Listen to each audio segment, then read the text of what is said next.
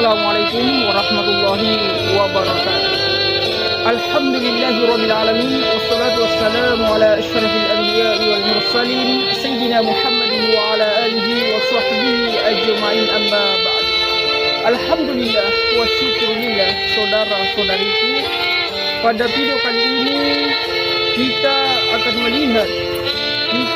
menyimak ceramah dari Ustaz Abdul Somad yang membahas tentang 6 tanda-tanda kiamat di Indonesia. Nah, tanpa berlama-lama lagi saudara-saudariku, mari kita ikuti ceramah dari beliau. Kita akan bahaskan satu daripada banyak hadis diriwayatkan oleh Abdurrahman ibnu Sakhar ad-Dawsi atau biasa dikenali dengan nama Abu Hurairah radhiyallahu an.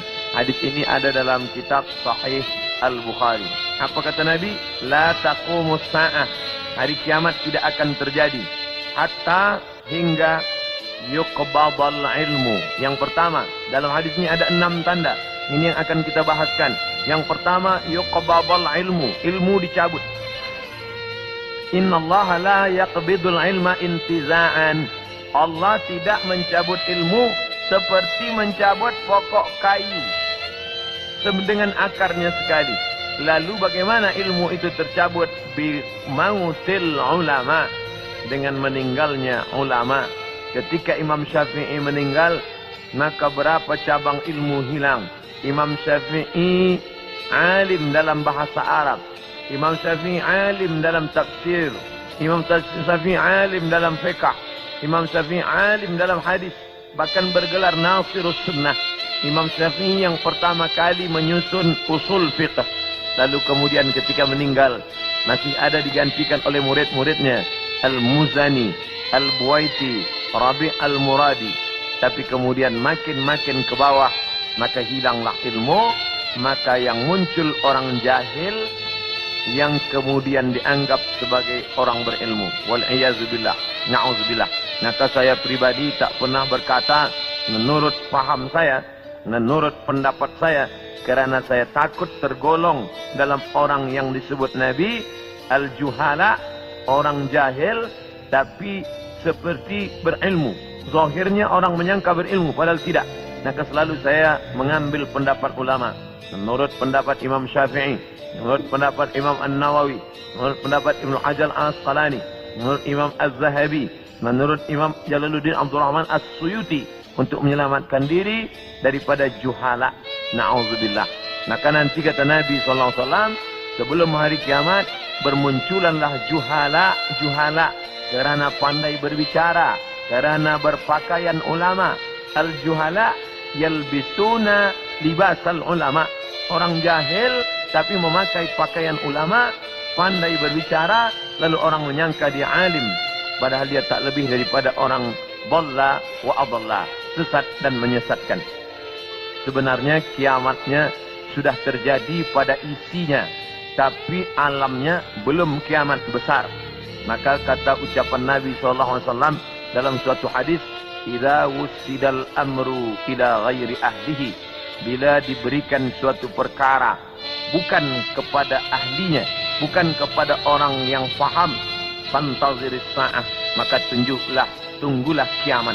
Makna kiamat itu bukan kiamat alam semesta, tapi kiamat isinya. Bila pembinaan masjid ini diberikan kepada orang yang tidak pakar, tidak memiliki kepakaran pada bidang itu, fantaziris sa'ah, maka tunggulah sa'ah, kiamat, hari kiamat. Makna kiamat di situ bukanlah kiamat alamnya, tapi isinya sudah kiamat. Begitu juga dengan ucapan Nabi tentang masalah idza waqa'a ala ahadikumul qiyamah, bila terjadi kiamat pada salah seorang kamu, wa fi yadihi fasilah, di tangannya ada anak korma, falyaghrisha, tanamlah, karena dia akan menanam itu, lalu kemudian dia mati. Bagaimana mungkin kiamat terjadi pada satu orang? Maka makna kiamat dalam hadis ini, alamnya tidak kiamat, tapi orang itu mengalami kiamat, maknanya mati dia. Na'udzubillah. Oleh sebab itu maka bahwa kiamat sudah terjadi pada isinya, ya, karena banyaknya orang jahil. Oleh sebab itu alhamdulillah kita di Malaysia masih ada para ulama masih ada para mufti, masih ada para habaib, maka kita datang ke majlis-majlis mereka. Hindari majlis-majlis orang-orang jahil yang tidak diketahui sanad ilmunya, yang tidak diketahui dapat dari mana, bahkan mendakwa mendapat dari mimpi. Langsung berjumpa dengan Syekh Abdul Qadir Al-Jilani, langsung saja terus mendapatkan zikir talqin dari Rasulullah SAW tanpa bersanad, tanpa berguru. Padahal para imam mengajarkan kita ada namanya sanad. Al-isnad minad din. Sanad itu bahagian dari agama. Laulal isnad, kalaulah bukan kerana sanad, laqala man sya'a ma sya'a. Maka orang mudah saja berkata sesuai kehendak hawa nafsunya. Begitu kata Imam Abdullah ibn al-Mubarak, salah seorang ulama hadis yang amat sangat tinggi ilmunya. Maka Imam Bukhari bersanad sampai ke Nabi Muhammad sallallahu alaihi wasallam. Imam Bukhari mendapatkan hadis itu dari gurunya, namanya Abdullah ibnu Maslamah. Abdullah ibnu Maslamah mendapatkan dari gurunya, namanya Malik bin Anas. Malik bin Anas mendapatkan dari gurunya, namanya Abu Zinad. Abu Zinad mendapatkan dari gurunya, namanya Al-A'raj. Al-A'raj mendapatkan dari gurunya, namanya Abu Hurairah. Abu Hurairah mendapatkan dari gurunya, namanya Sayyidina wa Maulana Muhammad sallallahu alaihi wasallam. Dan di antara sanad itu mesti diteliti pula. Orang ini mestilah adil. Makna adil menjauhi dosa besar, menghindari dosa kecil. Lawan daripada kata adil adalah fasik. Wallahu la yahdil qaumal fasiqin. Allah tak berikan hidayah kepada orang yang fasik. Adapun orang yang adil, tapi dia tidak dhabit, tidak kuat ingatannya, maka dia juga tidak layak diambil ilmu daripadanya. Oleh sebab itu apa kata Imam Malik bin Anas, guru Imam Syafi'i? Makamnya di Baqi di samping Masjid Nabawi, meninggal tahun 179 Hijrah. Aku berjumpa dengan 70 orang di dalam masjid ini. Maksudnya Masjid Nabawi di Madinah. Andai aku minta satu di antara mereka berdoa, maka turun hujan. Saking makbulnya doa mereka. Tapi tidak aku ambil hadis satu pun dari ke-70 orang itu. 70 orang. Zuhud, ahli ibadah, abid, banyak ibadahnya. Kabul doanya. Andai ku minta satu orang berdoa, turun hujan. Begitulah kabulnya.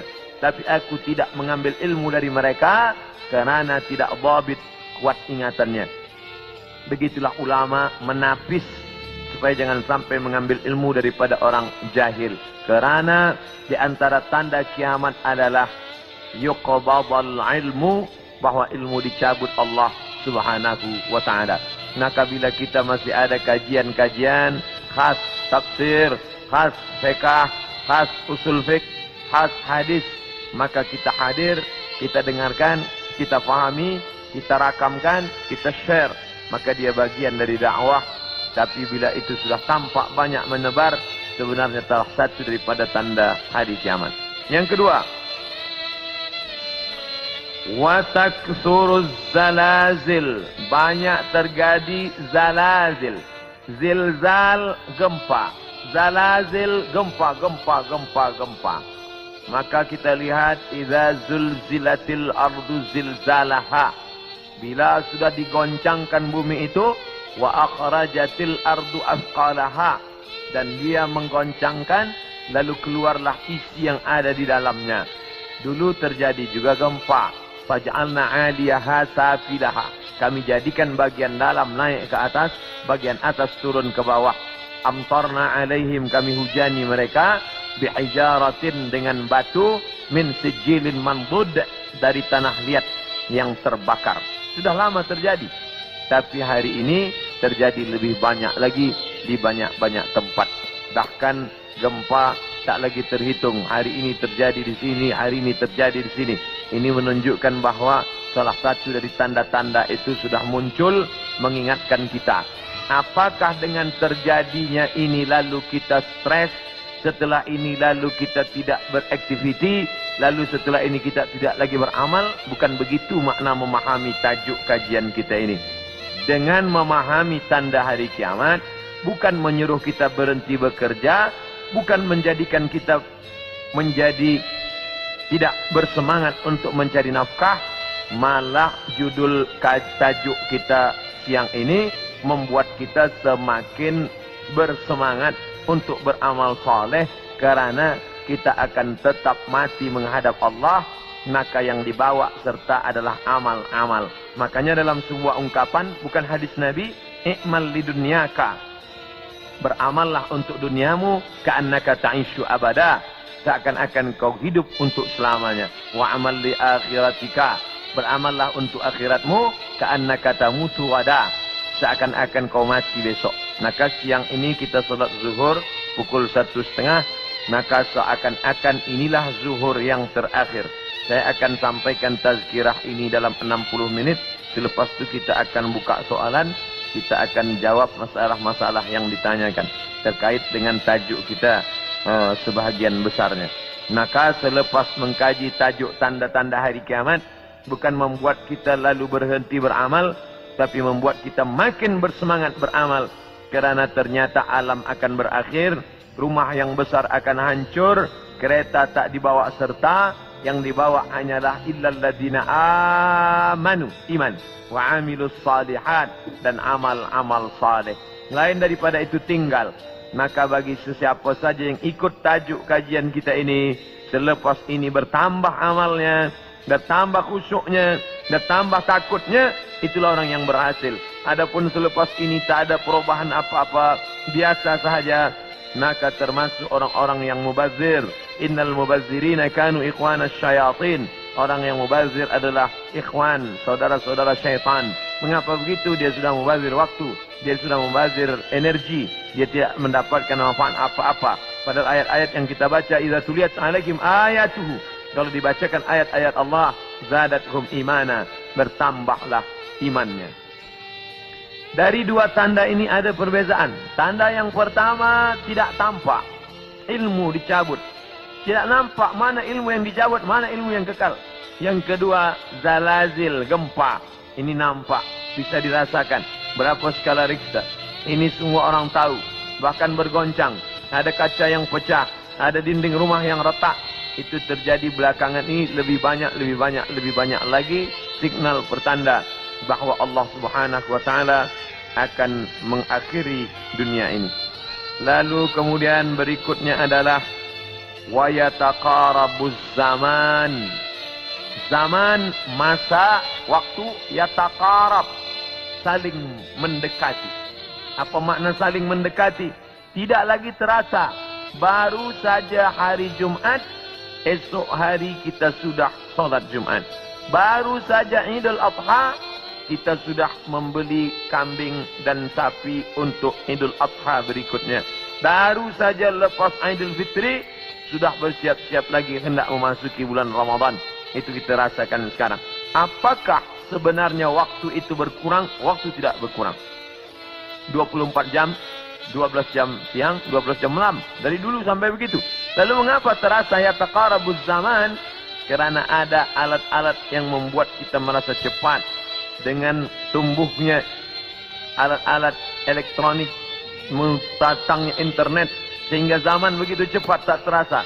Dulu orang duduk lama terasa, baru berakhir petang hari. Tapi hari ini tak terasa. Petang siang malam berputar begitu cepat. Wa yataqarabuz zaman. Maka ini kita rasakan, makin hari makin kuat. Apa yang ada pada kita masa kecil dulu, sekarang sudah tidak ada lagi. Permainan-permainan anak kecil seperti layang-layang, seperti gasing dan lain sebagainya. Orang sudah bermain digital semua, dan hilanglah permainan yang mengambil masa waktu ini. Lalu kemudian waktu semakin pendek, dan puncanya adalah orang sudah tidak lagi peduli kepada jiran tetangga, tak lagi memperdulikan masa, sehingga hilanglah apa yang diberikan Allah. Padahal Allah SWT berikan masa ini, dan kita semua akan ditanya tentang masa yang sudah kita pakai. La tazulu qadama 'abdin, kaki anak Adam tidak akan bergeser, pindah di satu tempat lain, hatta yus'al, sampai hingga ia ditanya. Pertanyaan banyak. La tus'alunna yawma idzin 'anil na'im. Kamu akan ditanya tentang banyak pertanyaan, tapi satu di antara pertanyaan itu adalah an umrihi fima afnah, umur kemana saja kamu pakai. Maka pertanyaan yang paling banyak yang paling banyak tak dapat dijawab oleh manusia adalah umur, usia. Kemana saja kau pakai yang dititipkan Allah Subhanahu wa ta'ala. Wa yataqarabuz zaman, waktu semakin dekat. Yang keempat, wa tazharul fitan, banyak terjadi fitan. Fitan jamak daripada fitnah. Fitnah, fitnah, fitnah, fitnah terjadi. Berbagai macam fitnah terjadi. Kita lihat ada fitnah Sunni Syiah, ada fitnah Khalqil Quran, ada fitnah Ahmadiyah, ada fitnah Khawarij, ada fitnah Rafidah. Berbagai macam fitnah-fitnah. Fitnah di grup WhatsApp, fitnah di Facebook, fitnah di Twitter, fitnah. Ini fitnah makin banyak. Dulu orang datang menceritakan aib orang lain, hanya berdua saja dia dengan jirannya. Hari ini orang berkelompok-kelompok membuat grup-grup fitnah. Hingga semakin besar, semakin habis waktu disebabkan itu semua. Dulu orang bila ingin memfitnah, maka dia datang ke suatu tempat. Tapi hari ini dia tidak keluar dari rumahnya, tapi dia sudah mampu menyebarkan fitnah-fitnah. Makna fitnah ada dua. Yang pertama, tohmah, tuduhan-tuduhan tanpa bukti. Yang kedua, makna fitnah adalah membunuh. Makna fitnah adalah menyiksa. Banyak penyiksaan-penyiksaan. Berapa kali kita tidak sanggup menyaksikan video bagaimana penyiksaan muslimin di Rohingya. Bagaimana anak-anak gadis Rohingya dijual, lalu kemudian di India dijadikan sebagai orang-orang tidak baik. Bagaimana penyiksaan yang dilakukan oleh Burma kepada muslimin Arakan Rohingya. Bagaimana kemudian yang terjadi di Palestina hari ini sampai hari ini tetap berlanjutan terus. Na'udzubillah. Maka betul kata Nabi SAW, kalau sudah dekat masa hari kiamat, maka yang terjadi adalah yaksurul fitan. Maka banyaklah fitnah-fitnah terjadi. Makanya selalu sebelum salam kita katakan, Allahumma inni a'udzubika min azabi jahannam. Jauhkan kami daripada azab jahannam. Wa min azabil qabri, daripada azab kubur. Wa min fitnatil mahya wal mamat. Jauhkan kami dari fitnah hidup dan mati. Fitnah mati, azab. Dua fitnah mati. Azab kubur dan kemudian azab di akhirat. Tapi ada fitnah yang luar biasa. Fitnatul mahya. Fitnah ketika dalam hidup. Hidup pun dia sudah merasakan fitnah-fitnah yang luar biasa. A'udzubillah. Yang selanjutnya, yang kelima, yaitu yaksurul haraj. Haraj, kata Nabi, wahual qatlu, pembunuhan yang banyak. Bagaimana mereka boleh menghabisi kaum muslimin bertetangga dekat. Slobodan Milosevic ingin menghabisi semua etnis Bosnia Hersek, habis semuanya. Itu terjadi tahun 90-an. Lalu kemudian sekarang berdamai. Lalu kemudian bagaimana pembantaian di Irak. Dari sejak mulai Presiden Amerika sampailah yang terakhir. Terus mereka membantai umat Islam. Lalu kemudian terjadi pula yang terakhir. Tidak berakhir sampai hari ini. Sampai-sampai Presiden Amerika mengatakan ini adalah ibu kota Israel.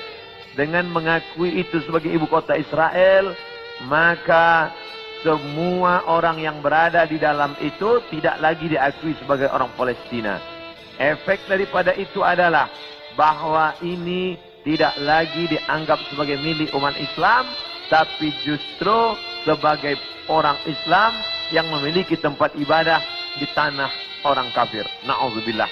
Oleh sebab itu, maka banyaklah al-haraj, pembunuhan-pembunuhan. Dulu pun ada juga pembunuhan, betul, tak salah. Ada Romawi membunuh Persia, Persia membunuh Rom. Itu biasa, itu terjadi. Tapi zaman sekarang, pembunuhan merajalela kerana alat untuk membunuh itu diciptakan lebih banyak. Senjata-senjata dari besi diciptakan lebih banyak lagi untuk menghabisi umat manusia. Maka itulah yang dikatakan Nabi, yaksurul haraj. Apa salah kita? Mengapa kita dihidupkan Allah di zaman ini? Mengapa kita tak hidup di zaman Abu Bakar, Umar, Utsman wa Ali? Maka ada kabar gembira dari Nabi SAW. Al-ibadatu fil haraj. Orang yang tetap istiqamah beribadah fil haraj. Ketika banyak pembunuhan-pembunuhan ini, Tetap imannya kuat, tetap dia istiqamah. Kahijratin ilayya, seperti orang yang berhijrah kepada Nabi Muhammad sallallahu alaihi wasallam.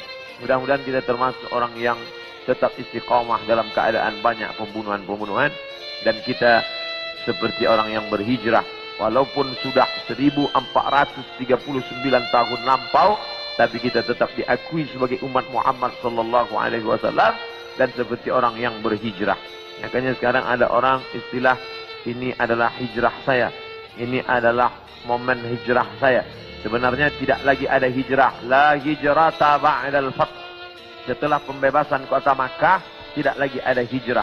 Yang dimaksud hijrah adalah pindah dari batil kepada hak, pindah dari syirik kepada tauhid, pindah dari jahil kepada ilmu. Itulah makna daripada hijrah. Kemudian yang keenam, hatta yaksura fikumul mal fayafidu.